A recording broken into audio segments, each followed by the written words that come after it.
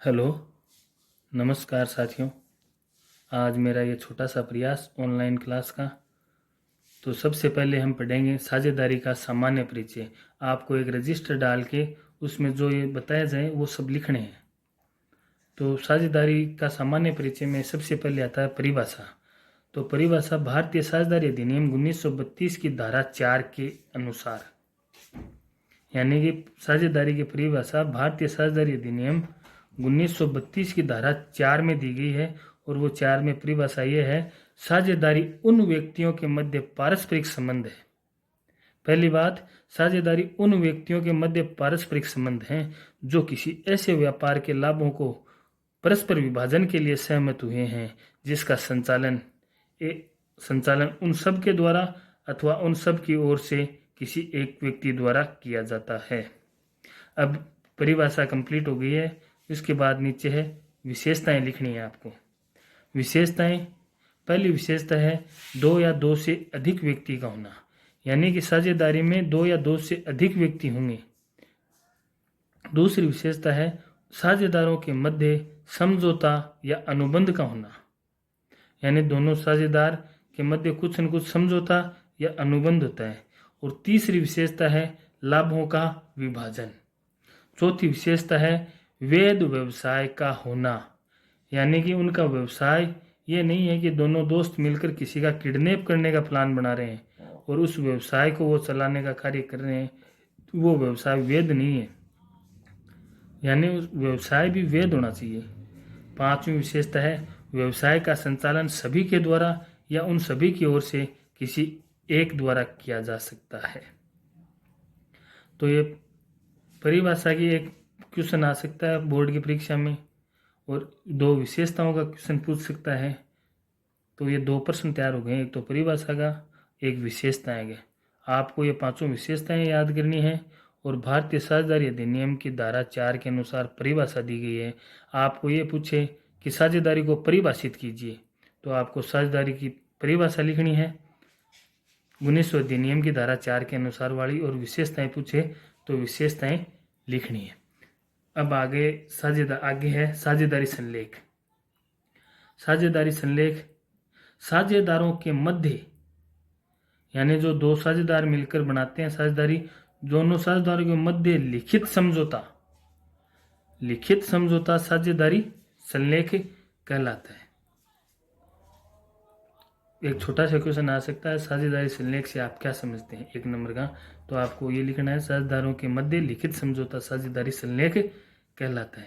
एक क्वेश्चन और आ सकता है, साझेदारी संलेख में सम्मिलित होने वाली बातें। अब आपको ये समझनी है कि साझेदारी संलेख में क्या क्या लिखा जाएगा।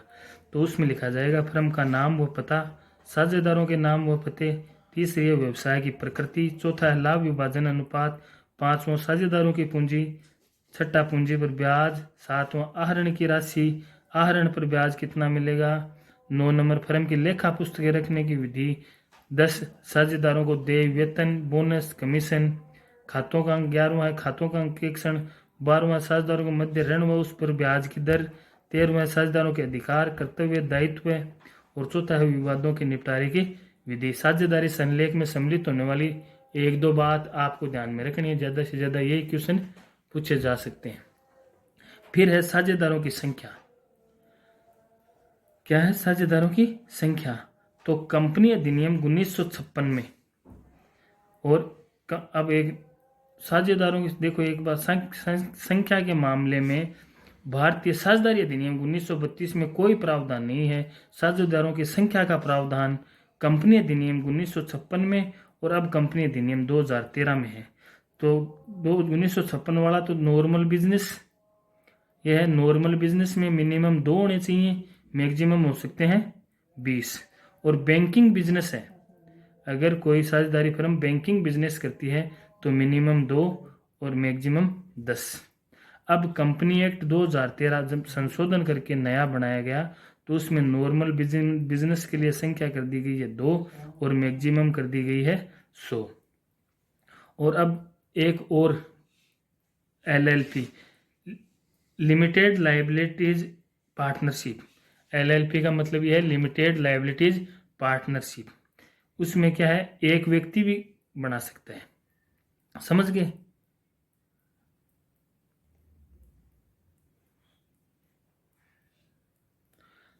अब अगर संलेख साझेदारी संलेख है तो हमें कोई दिक्कत नहीं है, साझेदार जिस प्रकार भी बांटें उस प्रकार किसी भी प्रकार से वो कर सकते हैं। अब हमें प्रॉब्लम कब आएगी, जब साझेदारी संलेख नहीं होगा। जब साझेदारी संलेख नहीं होगा तो साझेदारी संलेख नहीं होने पर क्या क्या नियम लागू हैं। साझेदारी संलेख के अभाव में लागू होने वाले नियम, ये 5 बातें हैं। 5 बातें आपको ध्यान में रखनी है, और 5 बातें भी कोई ध्यान में नहीं, आपको सिर्फ 2 ही बातें ध्यान में रखनी है। लाभों का विभाजन, अगर साझेदारी संलेख नहीं है तो लाभों का विभाजन बराबर बराबर किया जाएगा, 50-50, यानी 1:1। ऋणों व दूसरी बात है ऋणों व अग्रिम पर ब्याज, तो वो साझेदारों को सिर्फ 6% पर एनएम से मिलेगा। 2 चीज़ों के अलावा और साझेदारों को कुछ भी नहीं मिलेगा। पूंजी पर ब्याज नोट पेड या नोट चार्जेज, आहरण पर ब्याज नोट पेड नहीं लिया जाएगा। साझेदारों को पारिश्रमिक नहीं दिया जाएगा। तो आपको सिर्फ 2 ही बातें ध्यान में रखनी है। साझेदारी संलेख नहीं है तो लाभ विभाजन बराबर बराबर, ऋणों व अग्रिम पर ब्याज 6% की दर से दिया जाएगा। पूंजी पर ब्याज, आहरण पर ब्याज, साझेदारों को पारिश्रमिक कुछ भी नहीं मिलेगा। एक नोट लगाकर ये बात लिख लेना, अगर interest on loan is charge against profit, अगर ये बात आपको कहीं लिखी हुई आ जाए तो उसका मतलब ये है बिजनेस को अगर लॉस होगा तो भी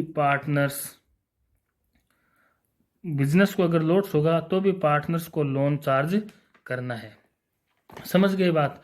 अब देखो फर्म, एक ये पूछा जा सकता है आप फर्म से आप क्या समझते हैं, साझेदार से आप क्या समझ सकते हैं, ऐसे छोटे छोटे प्रश्न आ सकते हैं। फर्म जैसे मान लो अंता, बंता और संता 3 साझेदार हैं, ये तीनों मिलकर क्या कहलाते हैं, फर्म कहलाते हैं।